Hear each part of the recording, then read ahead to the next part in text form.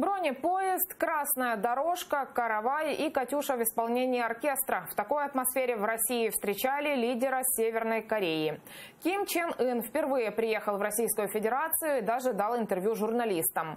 О чем будут общаться Владимир Путин со своим коллегой-диктатором завтра во Владивостоке. Подробнее Вероника Иващенко.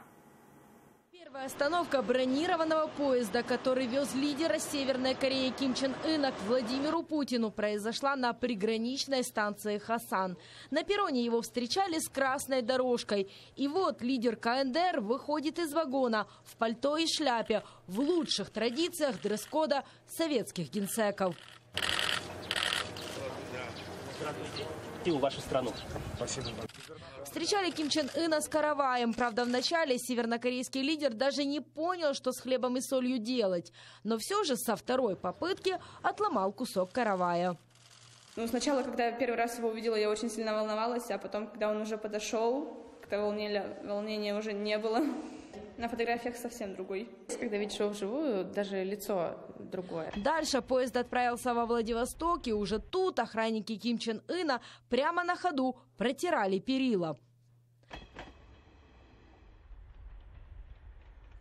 Сам Ким Чен Ын признался, мечтал посетить Россию, и этот визит не будет последним. Корейский лидер был настроен дружески и даже пообщался с журналистами, а это большая редкость.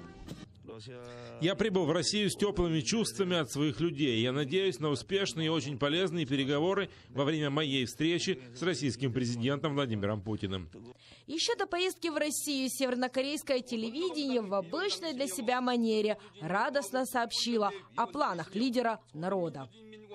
Лидер северокорейского народа Ким Чен Ын едет в Россию с визитом. Там будет проходить саммит с участием Ким Чен Ына и президента Владимира Путина.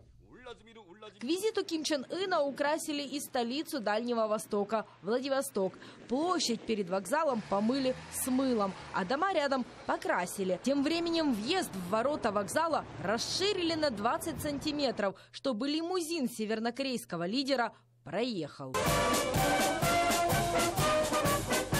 Визит в Россию первый со времен, как Ким Чен Ын занял свой пост в 2011 году. Саммит с участием Северной Кореи и России будет проходить завтра на острове Русский. Владимир Путин и Ким Чен Ын будут говорить об урегулировании ядерной проблемы Корейского полуострова и отношениях между КНДР и Россией. Для Москвы эти переговоры – еще одна возможность противостоять президенту США Дональду Трампу после его провальных переговоров с Ким Чен Ыном.